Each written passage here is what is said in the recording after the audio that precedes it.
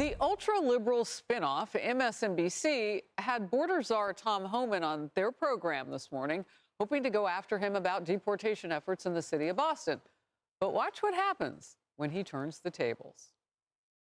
I see on the show this morning you have Governor Healy talking about ICE doing enforcement operations at a church. False. Didn't happen. They were parked there.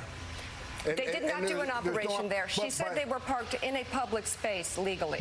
But to say that and to push that out there puts fear in the immigrant community. So let me tell you what's happening. That puts fear in the community. Right. To park the ICE agent's vehicle they're on a near public a church. Street. They are are on a public street. She said they're on a public street, sir. waiting to respond to a criminal alien release pulled aside the road. Let me tell you, in the last couple of days, what's happened in Boston. They've arrested Victor Gomez Perez, a 33-year-old criminal alien from Guatemala, with charges of aggravated rape, assault and battery with dangerous weapon, indecent assault and battery on a victim 14 years or younger. They arrested Kaylee Espinosa, a 34-year-old criminal alien from Colombia, with charges of aggravated assault on a pregnant victim. They arrested Joshua Gonzalez, a 24-year-old criminal alien from Dominican Republic, with charges for trafficking heroin, morphine, opium, resisting police, disorderly conduct, and drug distribution. They also arrested Samuel Armando Barrera, a 20-year-old criminal illegal alien from Guatemala, pending charges for assault and battery on a child. So Mayor Wu and Governor Healy, they ought to be calling ICE and thanking them for making their streets safer, for protecting their communities and taking these people off the street. They've turned a blind eye to this. They're sanctuary cities. Sanctuaries, cities and sanctuary states are sanctuaries for criminals. Give ICE access to the jail to arrest a bad guy in the jail rather than have to go in the community to find them. Because when you go in the community and find them, it puts ICE officers at greater risk. It puts the community at greater risk. It puts the alien at greater risk because anything can happen on a street arrest. Ooh. And like a hostage between Mika and Tom, you see the other anchor pop up for a second. Oh, no, take me off screen. So Homan wasn't done yet. He goes after their language of choice on illegal alien arrests. Watch. The bottom line is, because of all this false narrative, and you using the term disappearing people is disgusting. What's happened. That happened to the group that was sent to El Salvador. U.S. citizens get arrested every day. U.S. citizens get arrested by police every day. Are they being disappeared? No, their laws are being enforced. They're being arrested. They're being put in detention because they committed a criminal offense. Not like what you're doing. Not even close. We're enforcing the law and arresting people here in violation of law that are public safety threats. That's not disappearing people. That's enforcing the laws of this country and making this country safer. Kennedy. I like that he was able to back up his argument. I mean, I have shared skepticism about the way we've done certain enforcement in this country, but I think, right now, for people who are getting into law enforcement, they actually want to go work with ICE because they know there's a lot of focus and a lot of money going into that department. And when he talks about the most dangerous people in a city who are finally being apprehended, Michelle Wu can come out and virtue signal, but at the same time, in private, all of these people are breathing a sigh of relief because they don't have to deal with them anymore because of their horrible progressive laws. And instead of incarcerating and really punishing the people who are committing these crimes over and over and over again, and those aren't blanket dragnets that are being complained about here in New York City. That is very targeted, but they're not doing that, and it makes the cities and the communities, especially the immigrant communities, less safe. That's an excellent point because they are generally the first targets anyway. Yes. I mean, because they're the victims that are closest to the gang members and the worst. So if you've got the worst people in a city, then they have to be dealt with.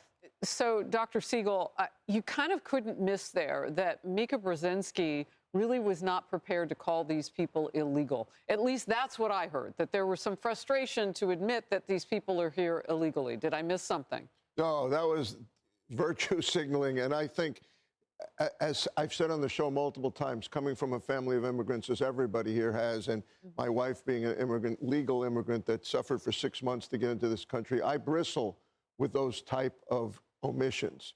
But Tom Homan speaks to the American people. He said something that we didn't have in the soundbite. He says, every time I'm on your show, I speak with integrity, I speak with honesty, and I speak with facts. And I think that that's how he comes across. Now, you take L.A. County for a moment, which this is not what he was talking about today. LA County, 1/3 of all residents are immigrants, right? About 900,000, according to migrationpolicy.org, are illegal immigrants. So it's not about racial profiling. It's not about only Hispanics. It's about trying to get people out that come here illegally and aren't and are representing a threat to our society. He's doing his job. Wow, rounding up 900,000 people here illegally in one jurisdiction. Imagine the mighty nature of what they're trying to accomplish, President Trump's team. Rosanna. I was just thinking, you know, just a few years ago, we watched thousands of people come across our border. You mean last year, when Biden was still in office? That's the right. caravan. Thousands. And thousands, we were getting thousands every week on the buses. And some of our local leaders in New York City were actually hugging these people as they came off the bus. I think we would have felt better if we saw that they went through some kind of vetting process. But the problem was, it was a free-for-all. They were going through fences, climbing over fences, going over border parts that had no checks. I mean, this is what we're dealing with now. Sadly, this is what we're dealing with. We have to remember, some of these people who came here don't have the virtues that we're looking for in this country, who really don't want to be American citizens, who don't love America. They're just coming to commit crimes. And they come here with young children, some of these kids unaccompanied by a family member or a friend. They're putting them to work on the streets of New York. We see it day after day. The police are trying to get rid of them.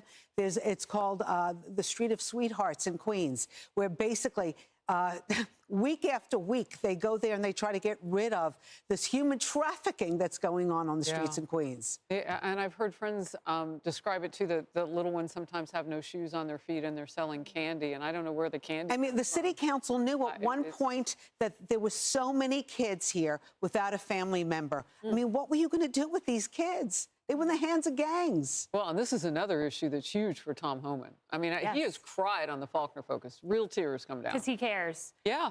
Look, if you open the Merriam-Webster dictionary and go to mic drop, the picture of Tom Homan should be there after what we just watched. That was a masterclass in how to deal with false narratives coming from the left, an absolute masterclass.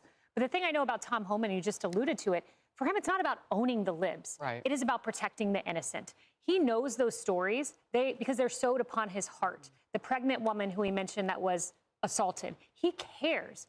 He cares so much, and he gave a statistic this weekend on Sunday. 70% of those that ICE have arrested have criminal histories. He said the other 30% they believe have gang ties, though they do not have criminal histories yet. If there were tons of innocent people being rounded up across the country, like the media likes to say, you would see their faces every single night on CNN, MSNBC, and the like. You don't, because he is doing his job. He is protecting the innocent. He does not want another innocent American to lose their life. That's an excellent point, because if we've learned nothing from this Irina Zaruska case, it's that cameras are everywhere. Exactly. And they don't show what they don't want you to see, but they do show you what they do want you to see. Well said. That's a great point. Yep. All right.